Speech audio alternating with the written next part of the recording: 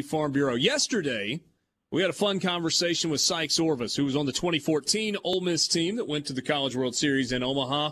Let's talk to another member of that 2014 team, Errol Robinson. He was a shortstop for the Rebels on that team that went to the College World Series, was drafted by the Dodgers organization, sixth-round pick. He's currently playing with Sussex County in the Frontier League, independent baseball. Errol, what's up, my man? So good to catch up with you. What's going on? Richard, it's been a while. And it's great to hear from you. How you doing? I'm good, man. Let's just jump right into that 2014 season. And outside of the College World Series, what do you remember the most? What stood out the most for you about that team? Man, a lot of memories for one, for sure. A lot of good guys on that team, and that's honestly what I would say is the chemistry. I was a young guy. I was 18 years old when I joined the program, and just the leadership. We had older guys in that squad, and leadership starting at the top with Coach B. And then of course you got Sykes pressing over B, Austin Anderson, all those older guys that I could really look after and kind of check out how things were done in collegiate baseball, and especially in the SEC in such a highly touted program. So just the chemistry of those guys, and man, shoot. I mean, obviously Omaha, but hey, there was some work that it took to get to that point, So and I built that with those fellas there. So that chemistry. I'm curious if you looked up at any point and thought, everybody says baseball is hard, but here we are. I'm just a freshman playing in the SEC. We won 19 games. We got to the College World Series. What's the big deal? Right. If only it was that easy all the time. No, it was. I mean, it seemed pretty normal. Yeah, guys were pretty excited. But hey, the mantra of that season was winning. We had won the 40 SEC or 40 regular season games, and shoot, we did our thing. We did our thing early, and put ourselves in a good position to compete. And like I said, the chemistry and the eye on the prize the entire time we were together. That was what kept us rolling, what kept our eyes, kind of locked in on what we had in front of us. So you're locked in, still playing pro ball, and that's a grind. I'm curious. I've actually got a lot of questions about this. I don't know that we've got time to get to all of it. But 2020, with the COVID year and minor league baseball going completely away, and then some of the changes that we've seen to the structure of minor league ball, you were right there on the cusp. The last couple of years, getting to AAA, knocking on the door to getting to the show. How has minor league baseball changed since you were drafted in 2016? Well, I mean, I've seen a lot of changes. Certainly, they've gotten rid of a lot of the teams, the lower level teams. So, some of the guys that I'm playing with now were actually part of that year that got canceled. That draft that didn't happen, and so it's extremely unfortunate for them. I've at least gotten that chance to have my name called and play affiliated baseball. So that in itself is a blessing. These guys, some of these fellows hadn't had that opportunity. So that's certainly a change. And that's the other thing about this league that I'm in and a few other independent ball leagues. They've got guys who would have been drafted fourth, fifth, sixth round. But still the competition is there. And haven't seen much lack of that. In the month and a half that I've been here, it's certainly changed throughout and changed kind of the development of some guys. But I feel like if you and this is kind of advice to myself and what I've been leaning on is just keeping my head down and continuing the grind. Keep walking up to the plate regardless of how I feel or where I am. And that's shoot, it's baseball, baby. You can't beat this. So I'm still living the dream. All right, so I was going to ask you that, Errol. Has the last couple of years tested your love for the game of baseball, or has it kind of solidified that regardless of where you are, regardless of the level at which you're playing, you're reminded how much you love the game? Or is it both? Well, yeah, I certainly haven't lost the hope. And if there was anything that I feel like runs some of the players out, some of the guys out, would be just how hard it is.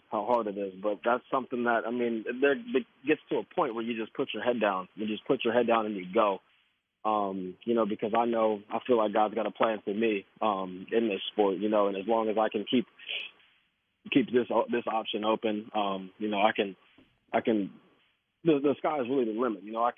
affect the world and change people's hearts and open up minds, to the power of God through this. So this is the platform that he's given me, and I'm choosing to run out with it as long as I can. And I think this is part of it. I know you've stayed incredibly connected to Ole Miss. I've seen you. I can't count how many football games I've seen you at in the fall during your off season. Obviously, you can't get back for baseball games while you're still playing. Talk to me about staying connected to Ole Miss. 6-7 years after you were done playing? Yeah. I mean, I still talk to some of the guys. I'm in. I can't say close contact as close as I'd like to be. I know Coach B would love for me to be getting on his nerves every other day. But every so often I talk to Clem, I talk to Coach B. Talk to him a little bit before the even playoffs. Playoffs started. As soon as the name is called, it's like, hey, that's a shot. That's a shot to do something special. So, every once in a while, just some inspirational things and trying to keep that love. Because I've got so much love for Coach B and respect. And man, I mean, just what a great guy and a better person. That's mainly why, where he got my love from is how he is as a person.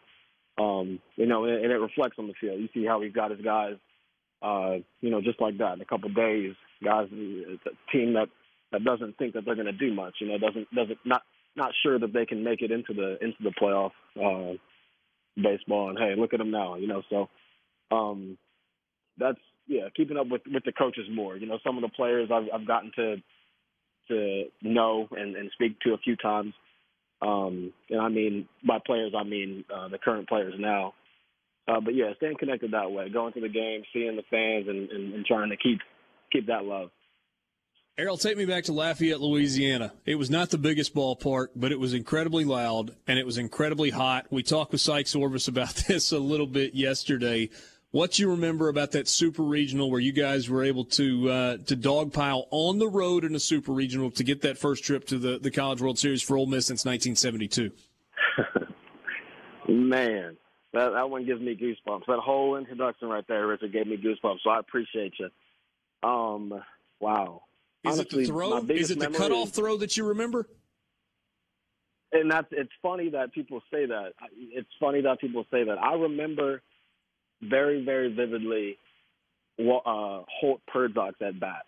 Yeah. Because I remember, man, this is the at bat, right? This is the at bat that's going to change the history of the program. And of course, the relay and all the other plays, from all of us did it. It really did it. But in my mind, man, Holt Purdock's at bat was man, it was detrimental. I mean, it really took all the life out of that stadium. You mentioned it yourself. It was loud. It was hot.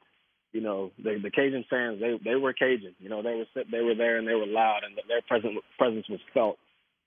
And then Hope Purdock gets that ball back past the first baseman. It trickles down the wall. The right fielder slips a few times, and man, big old Sykes Orvis comes around to score from first. That was special.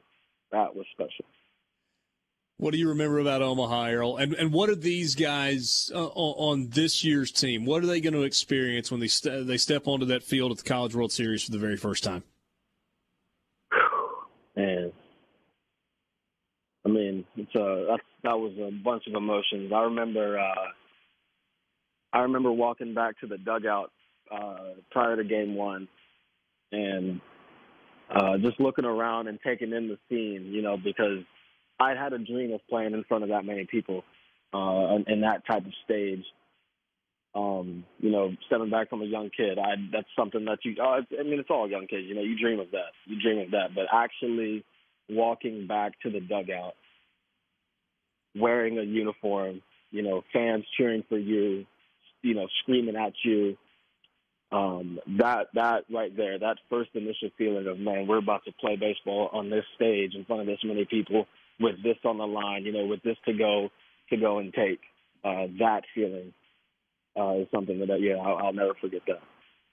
Well, it's a feeling that a lot of guys are going to get to experience for the very first time this weekend. Errol, wish you nothing but the best. So good to catch up.